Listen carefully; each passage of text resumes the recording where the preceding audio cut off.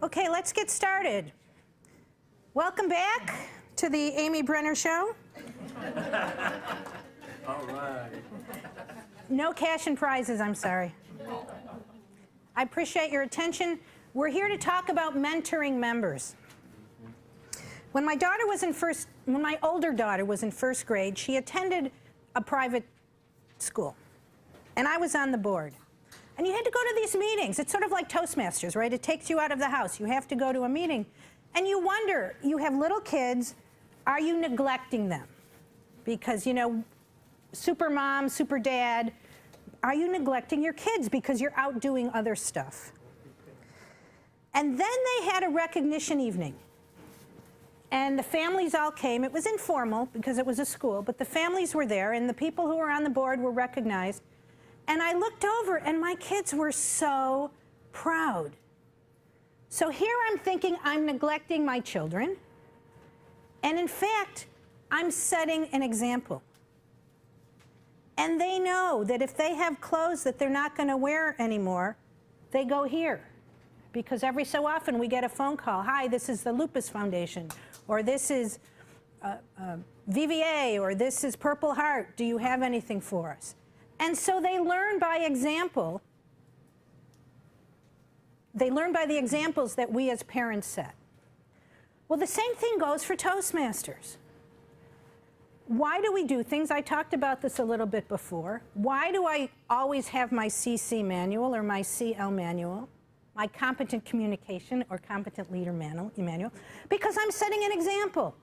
Because if I don't have it as a club leader or as an area governor or as a district leader, why would the normal member know to do this unless they see and can emulate what their leaders are doing?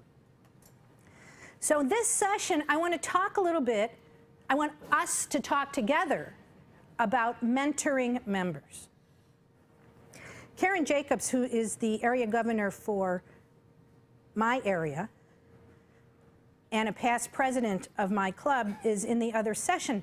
But she and I mentor each other. We're both charter members of the George Mason University Toastmasters Club. We've both been in Toastmasters for 6 years. So we are what would be considered experienced members. But we too need help. We need to bounce ideas off each other. We need to fill in for each other. We need to help each other out. So not only are we going to talk today about mentoring new members, but we're also going to talk about mentoring old members, or I shouldn't say old. I may be an SOB. For me, the B does not stand for bald. But experienced members, because we always have something to learn. We always have room for growth. We're never perfect speakers. We're never perfect parents. We're never perfect anything.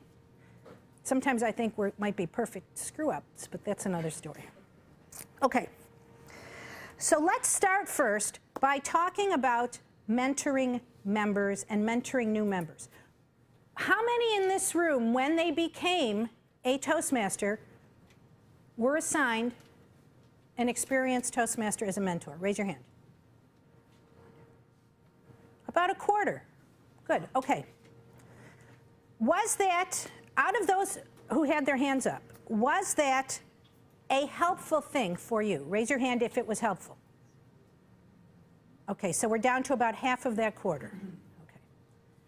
What made it helpful? Who can tell me? Yes, sir. I was mentored by the club president, and he just handed me his book, his CC book, all filled out. He said, this is what it looks like. I said, this is easy. I can do this. And I created my own speeches. I didn't use his speeches. Right. I created my own speeches. Okay. Yeah, makes it easy. Okay. Once you see what it looks like when that's on stage. Okay, so it sounds like one of the things then that you got out of the mentor situation was somebody saying, here's the program, here's how it works, here's the manual, or giving you the manual. Here's a target. Here's a use a target, then you get your CC. Okay, great. I got Triple Crown. Excellent, excellent. Triple Crown is 3 educational awards in 1 year, in one Toastmasters year. Very nice, very nice. Yes, ma'am. The person who mentored me was an experienced member of the club, and I was having a difficulty trying to figure out how to think of my next speech. And so they opened the avenues for me because my second speech became, shortly after I joined the club, I became the VPE. And She didn't step back fast enough. TLI, and I was sharing all this good information about what I learned from TLI. That was my second speech. Okay, excellent. So this was interesting. So Deb's particular issue was, I have to come up with a speech topic. What am I going to talk about? And she ended up, because she was at TLI, she had a speech topic. Now this is interesting. When I started out, I was a charter member of of George Mason University Toastmasters, and there were 18 newbies and 2 DTMs, actually, Distinguished Toastmasters, who were our mentors. So we didn't know what we were doing, and we met every week. So what do we do when we meet every week and we're all new, right? There are 18 brand new people, no experience with Toastmasters at all. One of the things we struggled with was speech topics. What do we talk about? And yet, when we were talking before about the successful club series and the successful speaker series and all of those, one of the modules is how do you come up with a speech topic? And so you could do a session to help your club because all new members struggle with this. How do you come up with speech topics? So who can tell me, what do you talk about? How do you come up with a speech topic? Michelle. One of the things, I get that question asked to me a lot in my home club because we have a lot of younger members who come in who are fresh out of college, and they ask me the same thing. How do you come up with a topic? And I say, use everyday situations. I'm at a point now that, we'll be out doing things, and all of a sudden we'll say, that makes a good speech.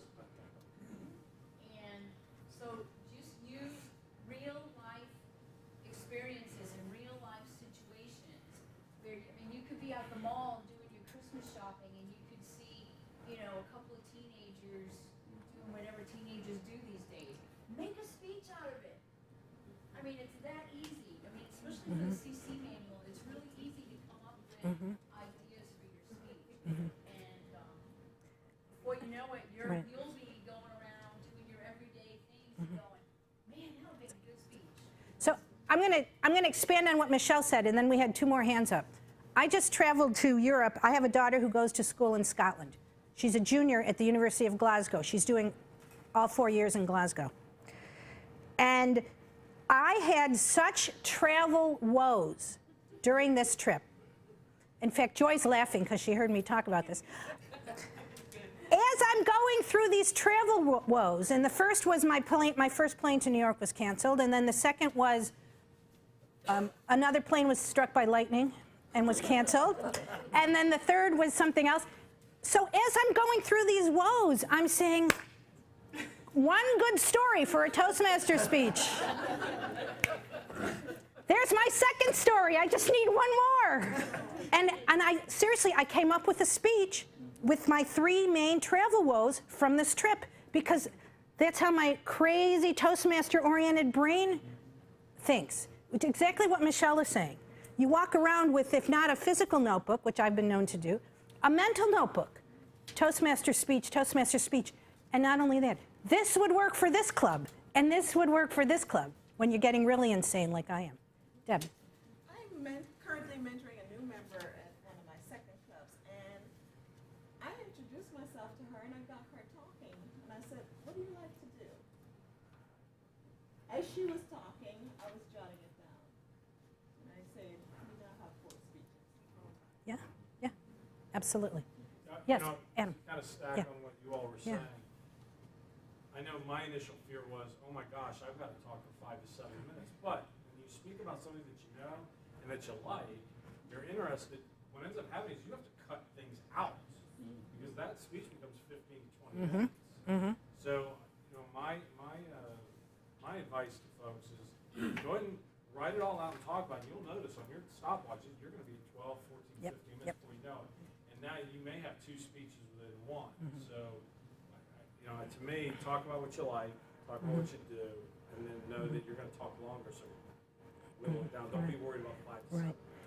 I also want to share expand on what you just said. There's some advanced manuals that you're going to find that very handy for later on. Well, and there are clubs, mostly advanced clubs, which allow you to speak for longer. And so if you want to give a longer presentation, even if the manual doesn't accommodate that, the clubs will. And you don't get graded for going over or under, so you just say to your advanced club, I'd like 20 minutes for this because I think this would be a good after-dinner speech. Or I'd like 25 minutes for this because it's something else. So there are other avenues for you to give the longer speeches, but you're absolutely right, because I gave that travel speech in a club where I actually was given 20 minutes. But when I brought it to my home speech, I couldn't do all 3 stories. Exactly. Oh, I'm sorry, David was next. One option I use is you use a theme throughout the whole book. For example, the 7 deadly sins. Right. So there's 7 speeches all lined up, right. and you can also relate each one to the previous speech. Exactly. Yeah. I'm tempted to do that with my next CC. I was thinking about that. Maybe 10 whole speeches on travel, or 10 whole speeches on children, or 10 speech. Right. Just so that there's a theme on the CC, especially if it's not your first CC. Yes, ma'am. I think I have more of a question. You know, you're talking about mentors, and I look. When I think of a mentor, I think of a person that I admire. And when you get in the club, you are assigned a member. It doesn't necessarily a mentor. Right. It doesn't necessarily mean that you really admire that person. Excellent point. So let me address that next, because that's good. Because where was I going for this? So here we see an area where everyone seems to have the same issues, right? When people are starting, they're all trying to come up with speech topics. Okay. So you're assigned a mentor. You don't know this person. You may end up admiring this person. You may end up saying, this is not a good fit for me. Okay. It's the job of your VPE, your Vice President of Education, to match you with the right person. But as a mentee, I too have a responsibility. If the person I'm assigned to is not the right person for me, based on personality, based on availability, based on strengths or weaknesses, I need to go to club leadership and say, you've assigned me to Deb, and I really like her, but she's just not available when I need her. Or you've assigned me to Deb, and I just can't stand her. We're friends, so that's why I can say that. So just because you're assigned someone, if that's not a good fit, speak up. Because it's not a good fit. I may have said I would mentor Martin, but all of a sudden I have a new boss and I don't have time. So it's quite legitimate for him to say, you know, Amy, this just isn't working out. You were available for me, but now you're not. I think I need somebody else. The other thing is, in the Competent Leader Manual, there is a project where you're supposed to mentor either a new member on his first 3 speeches, or somebody on their next 3 speeches, or in a leadership project. So there actually is credit, if you will, for mentoring someone. But that's not why you should mentor. You should mentor because you have something that you want to share, that you think you can help. But the mentee also has a responsibility, because we're all adults, right? So I'm your mentor, I'm not your mother. So I'm going to encourage you, but I can't take away the car keys if you don't give your 3rd speech. But we have found that new members who have active mentors are more likely to get through the first 3 speeches, and then get through the next 3 speeches, and then get through the Competent Communication Manual. Any other comments before I go on? Yes, ma'am. I just wanted to share with you guys the benefit I got from my mentor. Okay. When I started out, I was extremely introvert, so I'm afraid to stand in front of people and talk. She advised me, right now she is District 29 Governor, she advised me to practice even with her until I get comfortable. So practicing to advise the mentee to practice at least with them, that also helps. Right. Because it's much less intimidating to talk to one person than to talk to many. Yes, I'm sorry, sure. So she was saying what the advice her mentor gave her. She was very uncomfortable speaking in front of people. And so her mentor said, come talk in front of me and practice in front of me so you then become more comfortable before you have to present to the larger group. Yes, David. There's some experienced members that are very bad examples. How do we deal with that situation? Okay. Excellent question. We struggle with this in some of my clubs. Experienced members sending, the question is, right, experienced members sometimes set a bad example. So how do we deal with that? Okay. There are people in this room who've talked to me about some of those situations. You may have a member who doesn't come or doesn't commit to come. But when they come, they want a role, and they want a central role. And in the meantime, you've assigned those roles to people. But they don't want to be assigned in advance because they don't want to be told when they have to do something. And they don't want to have to commit to attending a specific meeting. I mean, this is a true situation. So what do? It's an interesting question. Toastmasters said, and I'm not saying you should kick these people out of the club, but Toastmasters, I shouldn't say but, Toastmasters says you need to vote members in so that you could vote them out. Doesn't happen very often, but sometimes stuff happens and you have to ask someone to leave. If the experienced member is an officer, is this just an officer who's disengaged? Or is this an officer who's destructive to the meeting, to the club? There's no hard and fast answer to this. But as a member or a mentee, you have a responsibility to take this to your club officers, and the club officers can take it to the area governors. In other words, there's a whole structure in Toastmasters that can help a club deal with these very difficult situations. There's no hard and fast rule, and you certainly don't want to hurt anybody's feelings, but you need to serve the members. Yeah. The evaluation process, and they just start their own speech on top of the speaker's evaluation. What he's saying is that sometimes you have some experienced members, when they're assigned to be an evaluator of a new member, you get very destructive. Okay. So then what you have to do is a couple of things. My opinion only. I'm a new member, I'm giving a speech, my evaluator is way too harsh. There are a couple of things here. One is club culture. In this particular club, in New Star, whether it's your first speech or your third speech or your sixth speech, these folks give pretty good evaluations. And I don't mean mean, but they're pretty professional about it. And yet in some other clubs, if it's your first, second, or third speech, the evaluator really goes easy on you. So part of it is club culture. But if that's not the club culture and your experienced members are too harsh at evaluating, then one, they shouldn't be assigned as evaluators.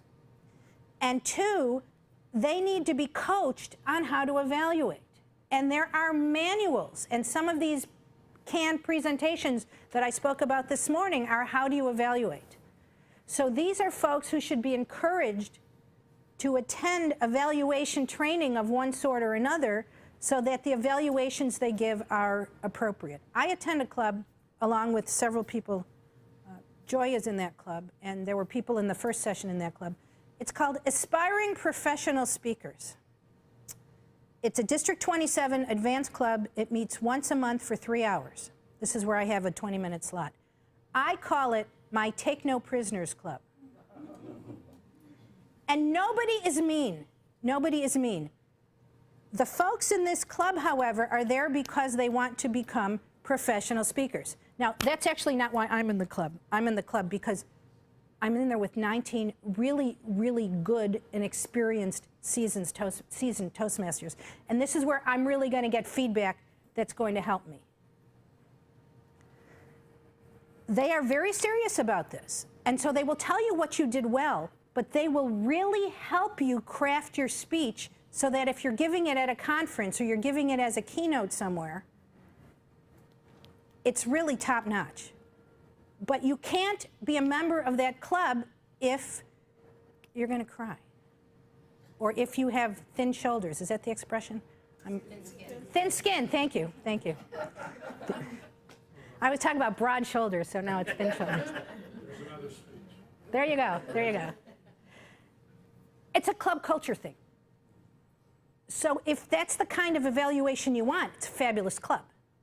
It can be intimidating when you see who's in that club. My assumption is that culture is told right at the beginning. Yes, yes, well, there are 20, yes, no, there are 20 members only, and everybody, it's very regimented in terms of, because if you only meet once a month, you don't get that many speaking slots. And it's a very different kind of club. It's the only kind of club like this I've ever seen. But you know going in that that's what you're going to get. And if that's what you want, it's fabulous. But if that's not what you want, that's not the club you join. Yes? Do you have any recommendation about the criteria to match mentors to mentees? And do you think it makes sense to assign a prior period, like 2 months, 3 months, and then evaluate? Excellent question. How long should a mentor be assigned for? And my response to that, and if you disagree, tell me. My response to that is it depends what the person is mentoring you for. For example, if you're doing your high performance leadership project, you have a committee that is supposed to help you with your high performance leadership project. So that particular length of time depends on how long it's going to take to do your high performance leadership project. If you're mentoring for the first 3 speeches, then once the 3rd speech is done, you're done. I think someone should mentor for 3 speeches and then reevaluate. You're mentoring me. I did my 3 speeches. It worked really well. Do I still need a mentor? Or do I need as active a mentor? Or do I need a mentor who can help me with other things? You helped me get over my fear of speaking, but now maybe you need to help me with my skills at speaking. So there's no hard and fast rule about that. The only thing I would say is that as the mentee, if it's not working, I need to say something. And the other thing, the criteria to match mentors to mentees, do you have any recommendations? It's hard to, I mean, maybe someone else can speak. The criteria, what is it you're looking for? If you're looking for somebody who's going to help you with your how to deliver a speech, you need someone who knows how to deliver a speech. Michelle, please. To address that a little bit, like I mentioned earlier, we have a lot of new Toastmasters. We also have a lot of people who have English as a second language. So I'll get the new Toastmaster and I'll ask them, what are you looking for? Are you looking for somebody to help you, with your presentation? What I will sometimes do is match them with someone else who also has English as a second language so that they have something in common that they can work with together. And then that is one aspect of it. But I will usually ask the new Toastmaster, what is it you're looking to get out of Toastmasters, and try and match them with somebody who has the same goals or someone who had the same goals and have met those, and they can mentor them on how they accomplish meeting those goals. I don't know that TI has any criteria for mentoring, but as someone who's assigned mentors, that's What Michelle does.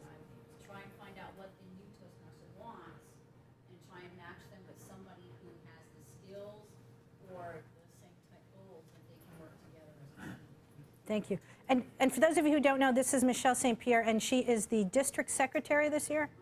And I view her as a mentor. She may not know that, but I do. I view Michelle as a mentor. She's been around a couple more years in Toastmasters than I have, and has had lots of experience.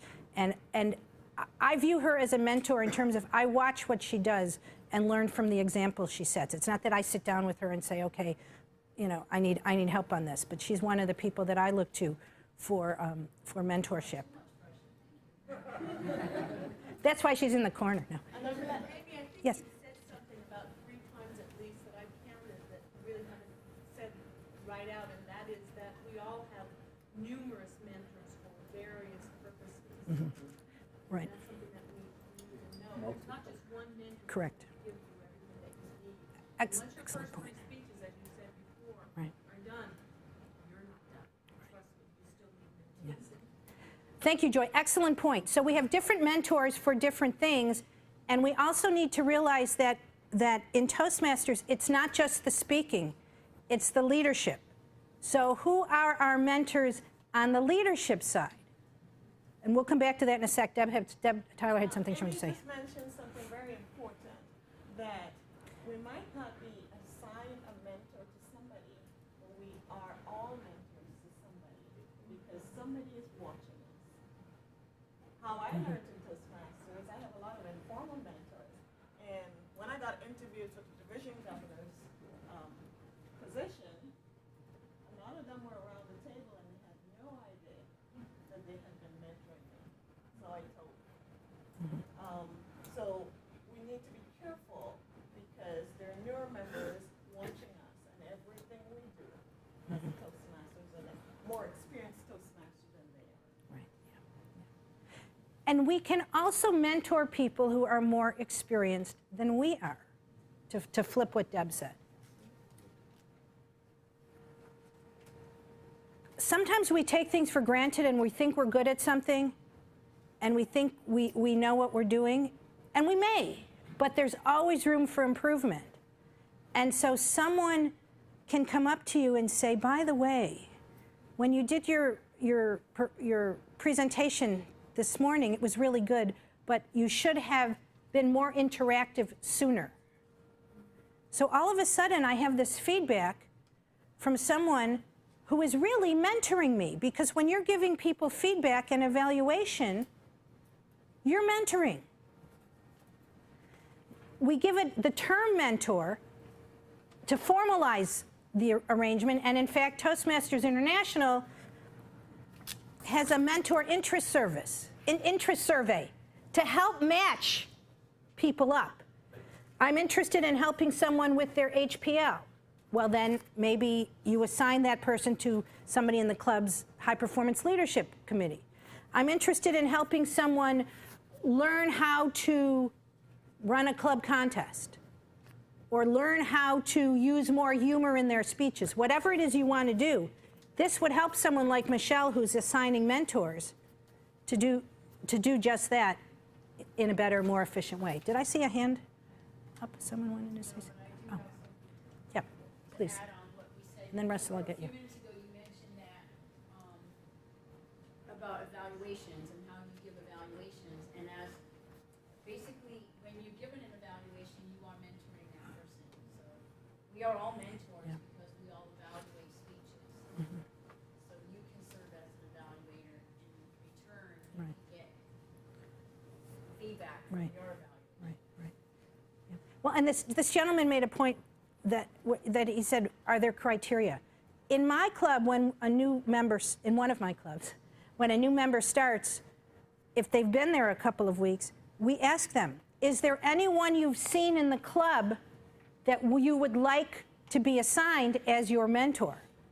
And sometimes they'll say, yes, so-and-so, yes, so-and-so, or sometimes they'll say, please, not so-and-so. And so that's also a way that people can pick their own mentors based on what they've observed and what they've seen in the club. Again, that depends on the club culture. So that's another way in terms of assigning mentors. Russell, you've been very patient. Yeah, the gentleman was asking if there was like a ratio, well, how many people somebody should be mentoring. Was that part of your question? Assigning trial periods. For example, say we're assigning a person, assigning it for 3 months, and then evaluate if it's working or not. Okay, so I think they answered that. Yeah. I thought he was asking a different question. Oh, a different, right. Some settings, you said you were in a brand new club and there's only 2 DTMs with 18 people, so those 2 DTMs are going to have 9 people Yes. that they have to mentor. So I think when it comes to mentoring, it's going to depend on the situation. Right. If you're in a club that has lots of experienced Toastmasters, you get 1 new member, then the person can choose. Right. But if you're in a situation where you have lots of new members and relatively few experienced Toastmasters, then those experienced Right. Toastmasters are going to have to take on a Much greater larger, role. right, exactly. Good, okay, great.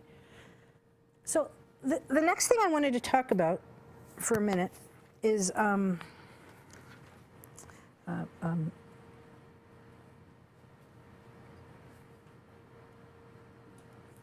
when you would request a mentor. When do you, as a club member, think you might want to request a mentor? Yes, ma'am. When you're entering a speech contest. Okay, so why would you want a mentor?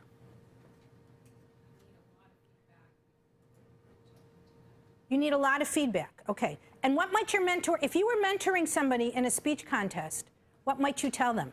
What advice might you give them? Yes, Dave? Travel. Go to different clubs. Did you know that in the spring there is an evaluation contest? And clubs are dying to have non-club members give what's called a model speech that their evaluators could evaluate. Because to evaluate someone you've heard 1.5 million times doesn't really teach you much about evaluation. When you're at a contest and you're evaluating, hopefully the contest master has done a good, or the contest organizer has brought in a speaker you've never heard before, so that you really have to be on your toes. So to practice, you bring model speakers in at the club level, and the area level, and the district level. What a great way to practice your competition speech.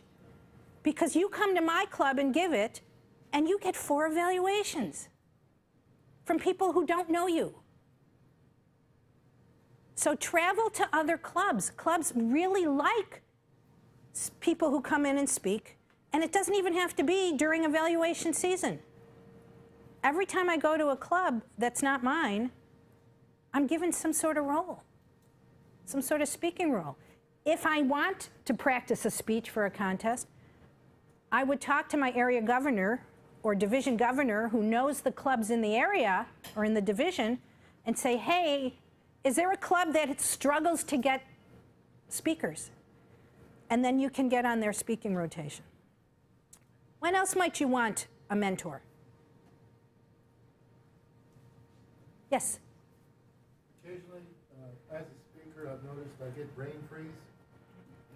I have nothing. It's called writer's block. Sometimes it's called writer's block. That's an interesting time, but I think I need a mentor. So this is when you're trying to come up with a speech topic, or in the middle of your speech? Find out why I'm stuck. While you're stuck, okay? Yep. Okay. Yeah, Russell. No, I was just Yeah. gonna. Please. Go with what he was saying. Another reason that you might want to mentor is you have a new role, whether you're going to become the club president or you got a new job where you're now the CEO or whatever, and then you have some new role that you have to take on. Okay. So it's okay to ask for a mentor for a specific project, for a specific reason, to overcome a specific obstacle. And when we write our Toastmaster speeches, what are we told to use? We're told to use stories. We're told to use personal stories. And the same thing goes when you're mentoring. It's really nice to get advice from somebody who's already been there, who's been through it, who struggled with brain freeze or writer's block. And so maybe I hook him up with somebody I know who writes for a living. Because if somebody writes for a living, chances are pretty good they've had writer's block more than most of us. Or if they haven't, what have they done so that they don't have writer's block? So by sharing your experiences, it not only makes your conversation more interesting, because stories are always more interesting than lectures, but it shows that you can really relate to what the issue is that the person is struggling with. Okay. And remember, mentors aren't just for speaking. They're also for leadership. They're also for these new roles that we're taking on. Why else would you want a mentor? Yes? There's a specific bad habit that you have. Okay. Beyond, or something of that nature. Or so, right. Or so. It's nice to have someone in your corner room other than your evaluator, because all of our 10 speeches are on different aspects. Yes. And you will get an evaluation on all those different aspects. Right. But if you have someone in the corner of the room looking for that specific take or that specific habit that you want to overcome, that's also a continuous line of evaluation on, am I doing better? Is there something I can change? Excellent point, excellent point. She has a specific speaking skill she's working on. Whether it's using more eye contact, whether it's not using her filler words, whether it's moving away from the podium, whether it's making her movements purposeful as opposed to just pacing. She can have a mentor just focusing on that aspect of her presentation, apart from the evaluation. It's also okay to go to your evaluator and say, I know this is speech number blah, blah, where I'm supposed to work on vocal variety, but would you do me a favor and also look for X, Y, or Z? And then when the evaluator gets up there, he or she can say, this is vocal variety, and I'm going to talk about this, but she also asked me to look at this. That's perfectly acceptable, especially if you've already gone through your competent communication manual, and you're doing it for the 5th or 6th or 7th time, or you're in an advanced manual. And even if not, but if you know that this has been an ongoing problem for you. Absolutely, absolutely. The evaluator needs to evaluate you on the criteria for that speech, but it doesn't mean they can't look for something else as well. Excellent point, excellent point. Okay. When might you want to insert yourself into the role of mentor? This one's a little bit more difficult, okay? When might you want to insert yourself into the role of mentor? Dave. One of the things I do in our club ballads, and I always try to make a comment, especially to the new Toastmasters, of things that I really like and things I'd recommend for the next speech. And at the end of the day, I go through our whole cleanup or whatever, up the Sergeant at Arms, and then I see a lot of the ballots aren't even used, and that's one of the things I'm going to try to encourage my club to do, is to use our ballots and give each other feedback, because that's important. It's a very interesting observation. Many clubs use the top parts of the ballots where they will make comments, feedback comments for the speakers. That's pretty standard. Some clubs vote on best speech, best evaluation, best table topics. Only one of my clubs does that, by the way. Only one of my 8 clubs does that. And I try to encourage them to only do that if there are 3 or more participants, because we don't want a winner or a loser, right? So it's not a contest. Well, it is a contest, but I mean, it's not an official contest. But we very rarely use the squares where we evaluate the Toastmaster of the day or the table topics master of the day.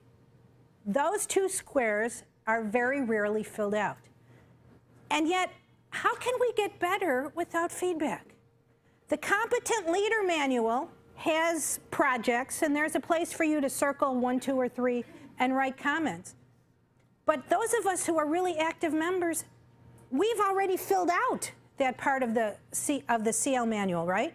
So I'm not necessarily getting Competent Leader credit for being Toastmaster of the Day for the 50th time among my 8 clubs this year, right? But I want feedback. How am I going to get that feedback?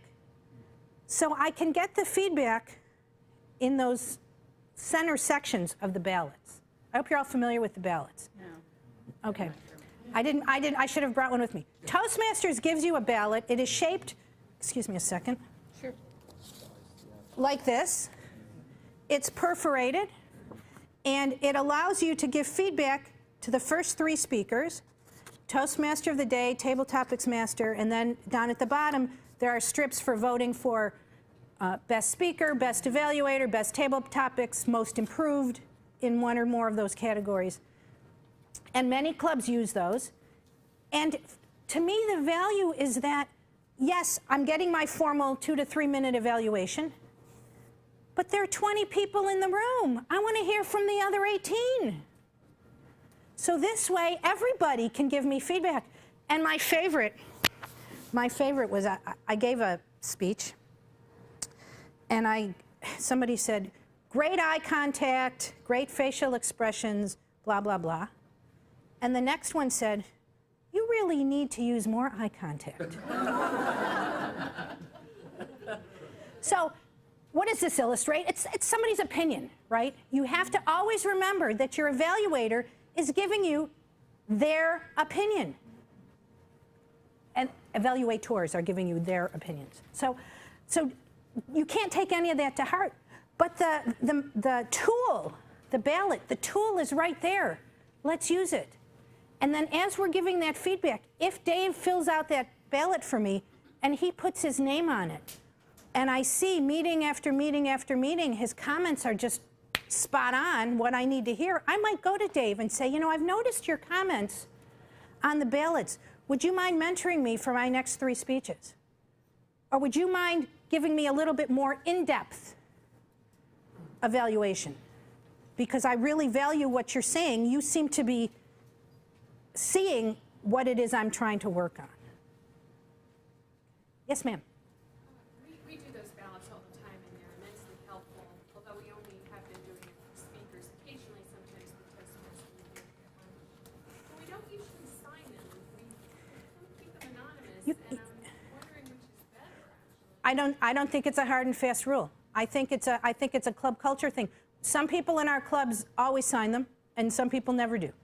Michelle had a comment on that. Well, one of the things you said about being anonymous, it's not, I mean, if you filled out one of those, or if you don't use them, or if you're in your meeting and one of the speakers has really impressed you or not impressed you, don't be afraid to go up to that person after the meeting and say, you know, your speech really moved me, or if you found something that speaker did, even though you weren't their evaluator, and you didn't want to put it on the evaluation sheet, just go to that person. And like you said, if you fill it out and you're really adamant, or you really have strong feelings about what you had to say on that evaluation, go to that person and say, that was a great speech. It moved me. I would like to hear more about so-and-so or whatever. And then that will improve you as an evaluator. It will improve them as a speaker. So don't be afraid to go to them after the meeting and say, Right. let's talk about this, or I like the way you did this, can you show me how to do that, or something like that. Or just to stretch that a little, let's say you can't do it after the meeting because it's a corporate club and everybody leaves. Sign it and put your phone number or email and say, you know, I really want to talk to you about this further. You know, please call me or email. And if they're not interested, then they won't. But if they are interested, then you've given them the opportunity. I have 2 minutes left, so I just wanted to throw out one other thing. I joined Toastmasters. I'm not shy. Well, I am, but I fake it well. But I joined Toastmasters for table topics because I would be in a room and we'd have an agenda and we'd go through the meeting, and then somebody would ask a question about something that wasn't on the agenda, and my boss would say, oh, well, Amy, why don't you answer the question because that's your project and you know more about it. I wasn't prepared. So that's why I joined Toastmasters, for the table topics part. And I learned that table topics sort of helps with that cocktail party talk, if you will. When you're in a social situation and you don't know anybody there, or you have to insert yourself into a group that's already, you know, having fun and you want to join them. So one trick I learned, and I'll share this as in my mentor role, if you will, is I try to wear something that somebody's going to comment on. So, for example, I wore these earrings and this necklace, or sometimes I'll wear a fancy scarf, and I make sure there's a story behind it. So I can say, yes, I bought these at the Van Gogh Museum in Amsterdam, and I liked them so much that I went online and found this matching necklace, which I then had sent to my daughter in Scotland because it was a lot cheaper for domestic mail than to have it sent overseas. And then, so in other words, you do something that you know is going to be, you're going to be able to trigger a conversation on. Okay, so that's a little tip that I will share in my role as mentor. Yes, Sal. Please. For a newly formed club, say everybody's new, how would you handle the mentoring for that club? Okay. how do you have mentoring when everybody's new? And that's an excellent question. We went through that at George Mason. Some of us were shyer than others. Some of us didn't mind speaking. And we struggled with how to get people on the speaking rotation. So I said to them, okay, I can speak every week. You know me, I have no problem telling stories. I have 2 kids. They get into all sorts of mischief. I travel. I have lots I can talk about. But I can't speak every week if I have to memorize my speech. And so the club said, no, we want you to speak. You can memorize the next time you do the competent communication manual. So it was a situation where we were mentoring each other. The other thing you can do is you can bring in people from other clubs to help mentor you.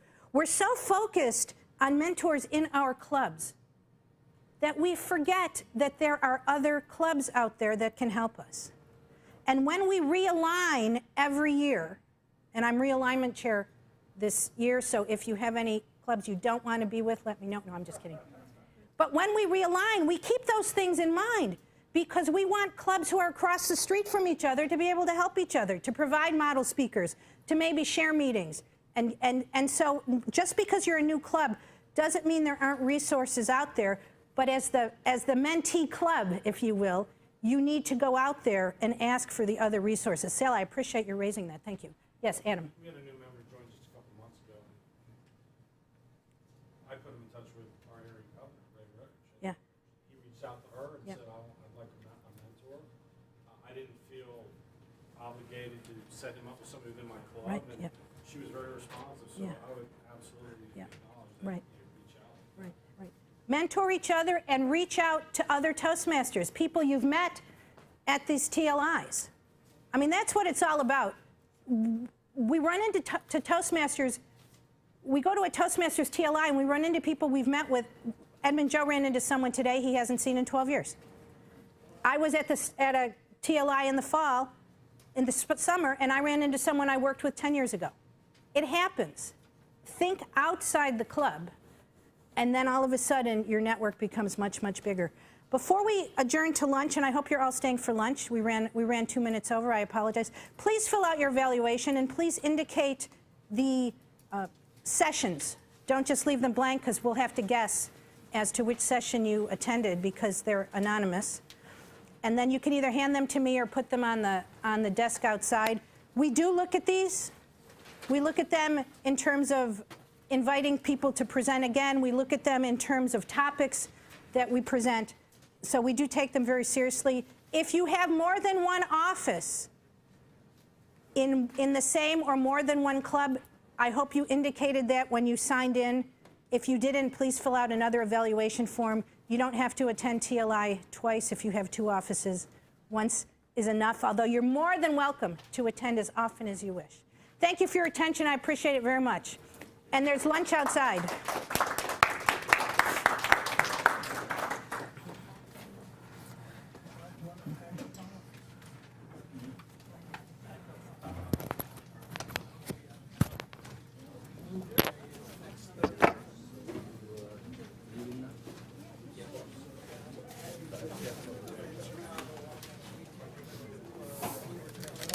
So many useful, interesting tips I that are hope. so easy. I hope. And you're like, oh, I didn't think of it. I hope. I've been busy Of setting course. up the lab that we had on that floor. You can't cover it all in 45 minutes. No, but you get 3 or 4 nuggets and that'll take us for a while. And the other thing is, you Okay. every audience, if Yeah, you will, sure. needs something different. Different, And yeah. so you have to be able to flex it to meet the needs of the room, because you don't know. I mean, if I have a room And you don't know. Toastmasters, Yeah. they have a totally different set of interests, Right. of issues than people who are new to Toastmasters. Yeah, and the table topics helps you also to think on your feet. So when you see conversations, you're not like, I'm doing my presentation, it's about this, and your structure doesn't match the audience. So, yeah. Yeah. Cool. Thank you. Yeah, it's there, but I'm just happy because I don't have to pay gas to get to work every day. I'm already saving money. Watch out the weather tomorrow. I'm not worried about tomorrow, it's more Monday when I get to Chicago. You may not be able to take off. I heard It that it was, depends on the weather. I heard it was gonna be 5 degrees for the Bears They said football game on. They said Montana was like 40 degrees this morning. There's a lot of flights got canceled because of that. Well, hopefully by Monday they'll get back on track.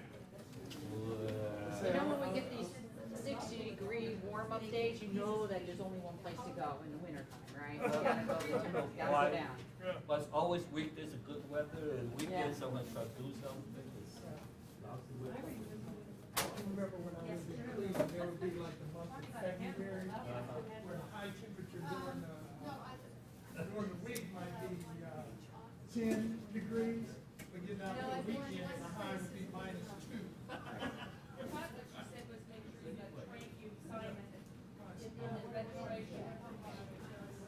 Oh, yeah, you have to.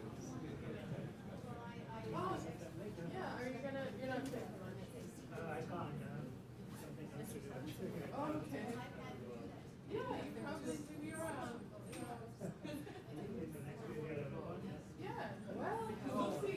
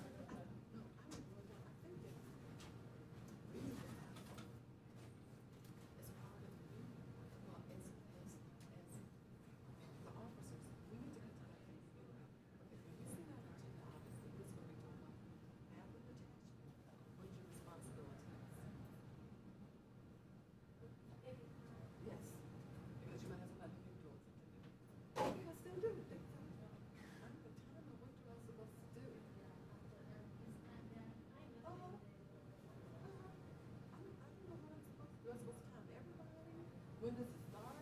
When do I stop the clock? You know, I just heard a little bit of what you were saying. For the roles, you're saying that the people are actual. In our club, we actually have laminated cards. So we have, and the reason we have that is we get a lot of people that visit, and it's a good way to explain to the guests what we're all supposed to do. So there's a card for the speaker, which the Toastmaster put in, like, I'm a speaker, I put in speech. One for the timer, we have a listener in our club, so one for the listener, one for the grammarian, counter, and the evaluator, and the general evaluator. So I will say, I'm the general evaluator, and I am to evaluate this. Evaluators, for me. That card every time, Each person who has a role has it. They say the same.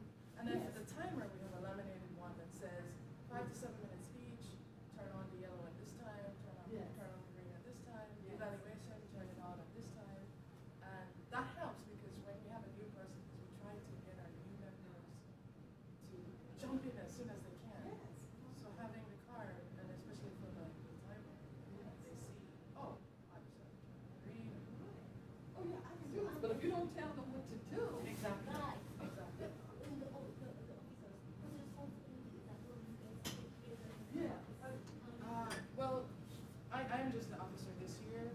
I think our previous officers had the idea, but this year we formalized it. We actually did 2 sets of cards, and 1 set of cards are out, and in case something happens, they can cross or something like that. So maybe our secretary or sergeant of arms put it together. Yes. And laminated it, and we have it collected at the end. Yeah. So the sergeant of arms puts it out for just, it's on the agenda, who has something